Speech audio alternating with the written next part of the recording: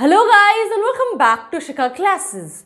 In this video we are going to discuss the famous novel Pride and Prejudice written by Jane Austen. This novel was published in 1813 and this novel is actually a novel of manners. 19th century के beginning में publish हुआ ये novel उस वक्त के traditions, society, cultures को बहुत अच्छे से डिपिक्ट करता है.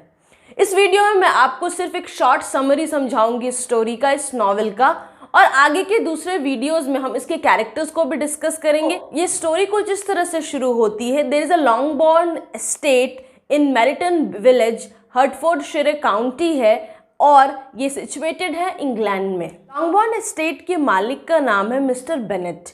मिस्टर बेनेट एक लॉजिकल रीजनेबल पर्सन है और उनकी वाइफ है मिसेस बेनेट. वो भी एक मिडिल एज्ड वुमन है बट शी इज़ हाइपोकॉन्ड्रियाक. मतलब कि जब भी उन्हें लगता है कि उनके साथ कुछ गलत हो रहा है, वो जैसा चाह रही है वैसा नहीं हो रहा, उनके बॉडी जो है वो कांपने लगती है. मीन्स उन्हें लगता है कि उन्हें कुछ बीमारी हो रही है. मिसेस बेनेट का सिर्फ एक ही सपना है कि उनकी 5 बेटियां हैं और उन 5 बेटियों की अच्छे अमीर घर में शादी हो जाए.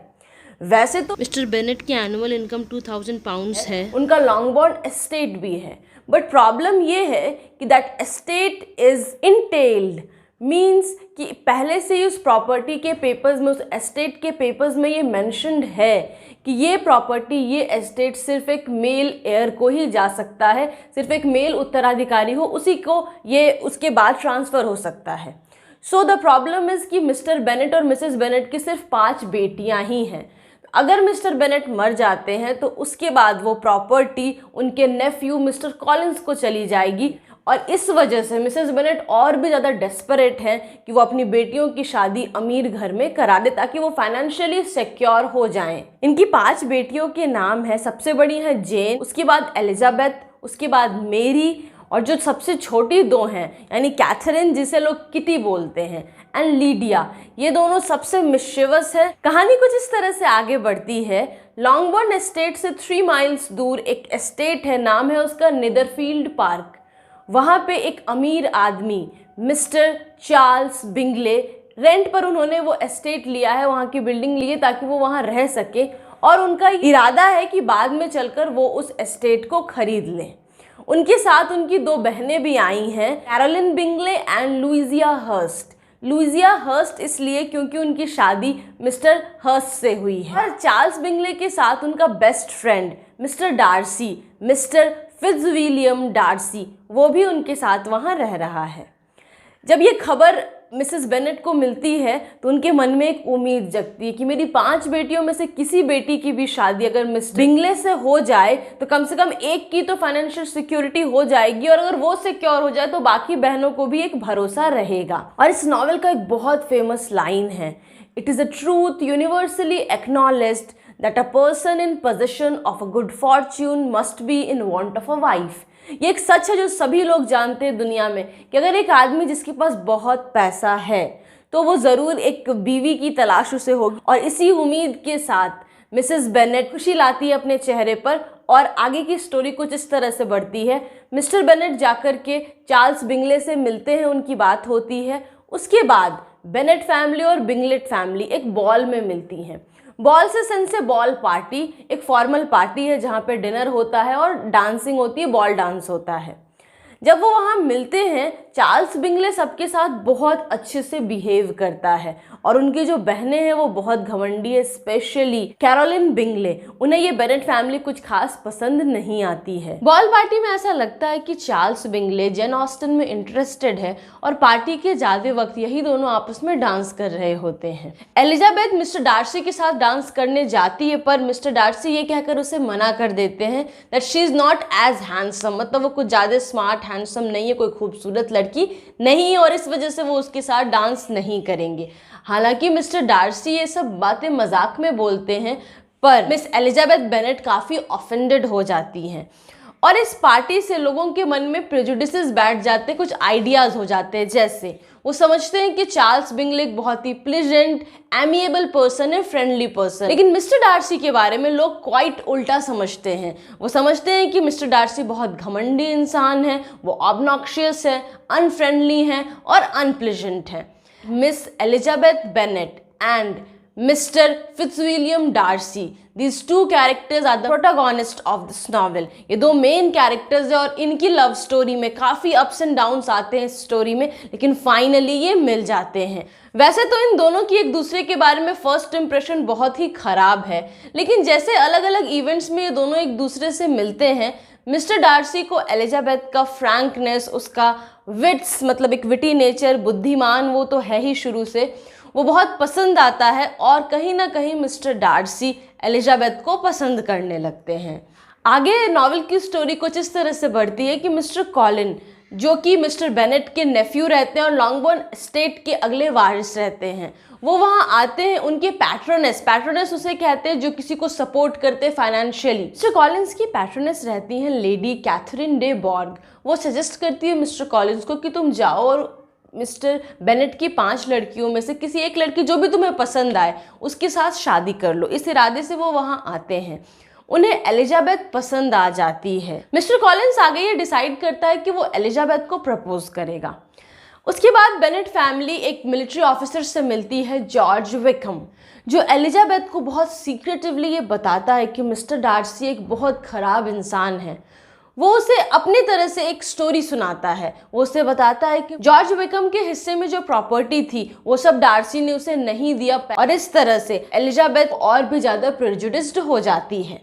अगेन एक बॉल पार्टी में एलिजाबेथ मिस्टर डार्सी के साथ डांस कर रही होती है और मिसेस बेनेट इनडायरेक्टली ये अनाउंस करती हैं कि जेन बेनेट और चार्ल्स बिंगले की सगाई हो जानी चाहिए। चार्ल्स बिंगले का बहुत बड़ा बिजनेस होता है। 100,000 पाउंड का वो फॉर्च्यून, धन संपत्ति उन्होंने इनहेरिट किया होता है और लोग ऐसा बोलते हैं कि मिस्टर डार्सी चार्ल्स बिंगले से डबल अमीर हैं। चार्ल्स बिंगले और मिस्टर डार्सी बहुत अच्छे फ्रेंड्स हैं और मिस्टर बिंगले के साथ एक प्रॉब्लम क्या है कि वो अपने डिसीजंस पे कभी भरोसा नहीं करते। उन्हें जो लोग उनके आसपास के लोग हैं, उनकी 2 बहनें, उनका फ्रेंड, वो जो बोलता है वो उसे ही सच मानकर उन पर भरोसा करते हैं।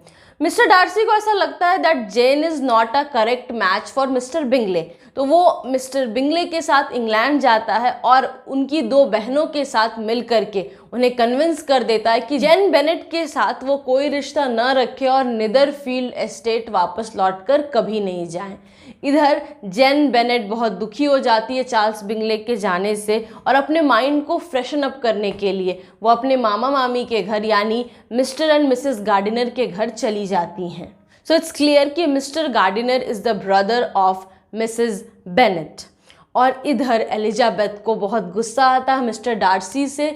उसे लगता है कि जो बात सही भी होती है कि मिस्टर डार्सी ही रिस्पॉन्सिबल हैं मिस्टर बिंगले का यहाँ से चले जाने के लिए और जेन से उसका रिश्ता टूटने के लिए, और अपनी बहन को दुखी देखकर उसे मिस्टर डार्सी पे और भी ज़्यादा गुस्सा आता है। बात कुछ ऐसी होती है कि जब मिस्टर कॉलिन्स का रिश्ता एलिजाबेथ ठुकरा देती है तो उसे बहुत ईगो हर्ट हो जाता है उसका, और मिस्टर कॉलिन्स जाकर के एलिजाबेथ के बेस्ट फ्रेंड चार्लोट ल्यूकस को प्रपोज कर देते हैं और मिस्टर कॉलिन्स और चार्लोट ल्यूकस की शादी हो जाती है। ये चीज़ बहुत क्लियरली मिस ल्यूकस बोलती हैं कि मुझे एक फाइनेंशियल सिक्योरिटी मिल रही है उससे शादी करके और मेरी उम्र भी काफ़ी बढ़ रही है और सिर्फ इसी वजह से मैं मिस्टर कॉलिन्स से शादी कर रही हूँ। ये सब कुछ हो चुका होता है, जेन का दिल टूट चुका होता है, एलिजाबेथ को मिस्टर डार्सी के प्रति काफ़ी कन्फ्यूजन्स, काफ़ी प्रेजुडिसेस उसके माइंड में होते हैं। कुछ वक्त बीतता है। स्प्रिंग सीजन में एलिजाबेथ बेनेट अपनी फ्रेंड चार्लोट ल्यूकस और उसके हस्बैंड मिस्टर कॉलिन्स के घर जाती है। वहाँ से इन लोगों को इनविटेशन मिलता है लेडी कैथरीन डे बर्ग का जो घर है रोजिंग्स पार्क, वहाँ से ये सभी लोग वहाँ जाते हैं और actually Lady Catherine Mister Darcy की मौसी रहती हैं, आंट रहती हैं। मिस्टर डार्सी अकेले नहीं आते, वो अपने कज़न कर्नल फिट्जविलियम को लेकर के आते हैं। ये दोनों आपस में भी कज़न होते हैं और कैथरीन के दोनों नेफ्यूज होते हैं। में कर्नल फिट्जविलियम एलिजाबेथ बेनेट को ये बताते हैं कि आपको पता है मेरा जो कज़न है मिस्टर डार्सी, उसने अभी कुछ दिनों पहले अपने फ्रेंड को एक गलत रिश्ते से बचाया, उसके इंगेजमेंट को भी होने से रोक दिया। इधर एलिजाबेथ तो ये बात समझ रही होती है कि फिट्जविलियम जिस दोस्त की बात कर रहा है दैट इज़ चार्ल्स बिंगले, और जिस रिलेशन को तोड़ने की बात कर रहा है दैट इज़ चार्ल्स बिंगले और उसकी बहन का रिश्ता जेन बेनेट का। और जब एलिजाबेथ बेनेट के माइंड में डार्सी को लेकर इतनी सारे प्रेजुडिसेस हैं, इतनी सारी कन्फ्यूजन्स हैं, उसी वक्त मिस्टर डार्सी एलिजाबेथ को प्रपोज करता है और प्रपोज करते वक्त भी वो ये कह रहा होता है कि वैसे you are a person belonging to a low social status, मेरे से तुम्हारा सोशल स्टेटस काफ़ी कम है, लेकिन फिर भी तुम मुझे पसंद हो and will you marry me. उसी वक्त एलिजाबेथ के माइंड में ऑलरेडी बहुत गुस्सा रहता है, वो मना कर देती है और गुस्से में वो उसे कहती है कि अगर तुम इस दुनिया के आखिरी इंसान भी होगे तो भी मैं तुमसे शादी नहीं करूँगी। तुमने मेरी बहन का रिश्ता ख़राब किया, तुम्हारे वजह से मेरी बहन दुखी है और तुम ही वो इंसान हो जिसने वाइकम के साथ भी गलत किया है। वो वाइकम ने उसे एक कहानी सुनाई होती है। वैसे तो वो उस वाइकम के स्टोरी को डिसमिस करता है, लेकिन मिस्टर डार्सी ये बोलता है कि मैंने अपने दोस्त को सिर्फ बचाया है, मैंने तुम्हारी बहन को दुख पहुंचाने का मेरा कोई इरादा नहीं था, मैं सिर्फ ऐसा समझता था कि वो रिलेशन सही नहीं है। उसके बाद मिस्टर डार्सी एलिजाबेथ को एक लेटर देता है। मिस्टर डार्सी के स्वर्गीय पिता के स्टीवर्ड का बेटा था। स्टीवर्ड उसे बोलते हैं, जो कि एक बहुत अमीर घर में जो सारे नौकरों को मैनेज करता है, हिसाब किताब देखता है। और वाइकम के लिए जो काम चुना गया था, वाइकम ने उस काम को करने से इनकार कर दिया था, उसे वो काम नहीं पसंद था। उसके बदले वाइकम को पैसे दिए गए थे, उसने कुछ ही समय में वो सारे पैसे उड़ा दिए और उसके बाद वो मिस्टर डार्सी के बहुत ही कम उम्र की, अराउंड 15 ईयर्स की उनकी बहन रहती है जॉर्जियाना डार्सी, उसके साथ वो पूरा भागने का प्लान बना चुका था ताकि उसकी डाउरी की पूरी पैसे उस वाइकम को मिल जाए और उसे पैसे की कोई दिक्कत ना हो। अब एलिजाबेथ जब ये लेटर को पढ़ती है तब उसके प्रेजुडिसेस थोड़े हटते हैं और उसे गिल्ट होता है कि मैंने मिस्टर डार्सी को कितना गलत समझा। उस लेटर में ये भी लिखा रहता है कि उसने जेन और बिंगले का रिश्ता सिर्फ इसलिए तोड़ा क्योंकि उसे ऐसा लगता है कि ये रिश्ता सही नहीं है, that they are not a good match. और उसने ये भी बोला कि बेनेट फैमिली से बहुत ख़राब बिहेवियर हमें मिला और इस वजह से भी वो नहीं चाहता था कि मिस्टर बिंगले की शादी उस परिवार में हो। कुछ महीने इसी तरह से बीत जाते हैं। उसके बाद एलिजाबेथ बेनेट गार्डिनर्स के साथ, यानी अपने मामा मामी के साथ डर्बिशर घूमने जाती है। वहाँ से वो पेम्बरले एस्टेट भी जाती है। पेम्बरले एस्टेट मिस्टर डार्सी का एस्टेट है। वो पहले पता लगा लेती है कि डार्सी वहाँ प्रेजेंट तो नहीं, उसे पता चलता है कि नहीं मिस्टर डार्सी कहीं गए हुए हैं और तभी फिर वो एस्टेट घूमने जाती है। वहाँ पे सर्वेंट्स के थ्रू से पता चलता है that Mr Fitzwilliam Darcy is a perfect and a wonderful master. और तभी कहीं अचानक से मिस्टर डार्सी वहाँ पहुँच जाते हैं। वैसे तो एलिजाबेथ को काफ़ी एक शॉक लगता है, लेकिन मिस्टर डार्सी उस प्रपोज़ल की बात का जिक्र ही कहीं नहीं करते। वो बहुत नॉर्मली और बहुत अच्छे तरीके से अपने गेस्ट्स का स्वागत करते हैं। वो एलिजाबेथ को भी बहुत अच्छे से ट्रीट करते हैं और उसके जो मामा मामी हैं, उसके अंकल एंड आंट हैं, उसे भी बहुत अच्छे से ट्रीट करते हैं। एलिजाबेथ मिस्टर डार्सी के बिहेवियर से काफ़ी सरप्राइज्ड होती है, उसे बहुत गिल्ट होता है, यहाँ तक कि वो उसके प्रपोज़ल को जो उसने इनकार कर दिया उसके लिए वो बहुत पछताती भी है। तभी खबर आती है कि उसकी छोटी बहन लीडिया वो जॉर्ज वाइकम के साथ भाग गई है। अब उसे तो ये बात पता है कि जॉर्ज वाइकम बिल्कुल भी अच्छा इंसान नहीं है। तो सबसे बड़ा प्रॉब्लम बेनेट फैमिली के सामने ये है कि उन दोनों की शादी भी नहीं होती। So they are living together without marrying. और अगर ये बात सबको पता चल जाएगी तो बेनेट फैमिली की काफ़ी बदनामी होगी और बाकी की बहनों की भी ज़िंदगी ख़राब हो जाएगी, शायद उनसे कोई शादी करने के लिए तैयार ना हो। ये सारी बातें सोचते हुए ये बात एलिजाबेथ मिस्टर डार्सी को बताती है और जल्दी से वहाँ से निकल जाती है। मिस्टर गार्डनर और मिस्टर बेनेट जाते हैं पर उन्हें कहीं भी लीडिया नहीं मिलती है। और तभी मिस्टर गार्डनर खबर करते हैं कि नहीं, लीडिया मिल गई है और उसके साथ साथ जॉर्ज वाइकम भी मिल गया है और शादी के लिए जॉर्ज राज़ी हो गया है, बशर्ते उसे कुछ पैसे दिए जाएं। और इस बात के लिए वो पैसे भी मिल गए हैं उसे और दोनों की शादी हो जाती है। फाइनली जब लीडिया जॉर्ज वाइकम के साथ घर आती है, बेनेट हाउस आती है, वो ये बताती है कि उस शादी में मिस्टर डार्सी भी प्रेजेंट थे। मिस्टर डार्सी ने ही एक्चुअली जॉर्ज वाइकम को पैसे दे करके उसे शादी के लिए मनाया होता है, लेकिन वो इस बात को किसी सबसे कह देते हैं, सबसे प्रॉमिस लेते हैं कि ये बात कोई भी बाहर नहीं करेगा। लेकिन फिर भी एलिजाबेथ को मिसेस गार्डिनर ये बात बता देती हैं कि इन सबको ठीक करने में मिस्टर गार्डिनर का हाथ नहीं है, बल्कि ये शादी कराने के लिए जॉर्ज वाइकम को राज़ी करने में, जॉर्ज वाइकम को पैसे देने में सब काम मिस्टर डार्सी ने किया किया है और इस सीक्रेट को ब्रेक कर दिया, उन्होंने अपनी प्रॉमिस तोड़ दी, इस बात के लिए उन्हें थोड़ा भी ख़राब नहीं लग रहा होता है, क्योंकि वो समझती हैं कि एलिजाबेथ को सच जानने की ज़रूरत है। Mister Darcy and Mister Bingley ये वापस से निदरफील्ड पार्क आते हैं। वहाँ पे Mister Charles Bingley Jane Bennet को प्रपोज करता है, उन दोनों के बीच एक अच्छा रिलेशन बन जाता है। बाद में लेडी कैथरीन डे बॉर्ग, उन्हें ये पता चलता है कि एलिजाबेथ और मिस्टर डार्सी के बीच भी कोई रिलेशन है, तो वो आती हैं और एलिजाबेथ को धमकाती हैं कि नहीं, तुम्हें अगर मिस्टर डार्सी प्रपोज करे तो तुम मना कर देना, क्योंकि मिस्टर डार्सी की शादी मेरी बेटी एने डे बॉर्ग से होनी है। लेकिन एलिजाबेथ क्लियरली ये बोल देती है कि नहीं, वो ऐसा कुछ नहीं करेगी जिससे उसकी खुशी को कोई नुकसान हो। और इस बात से लेडी कैथरीन बहुत गुस्सा हो जाती है और जाकर के मिस्टर डार्सी को सारी बातें बता देती है।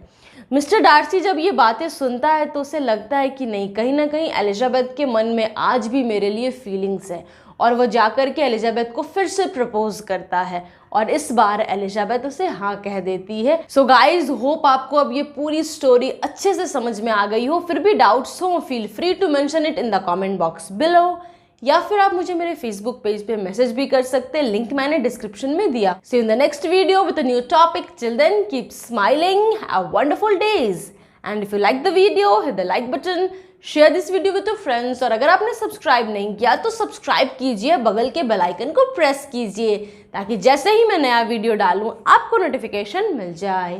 Thanks for watching.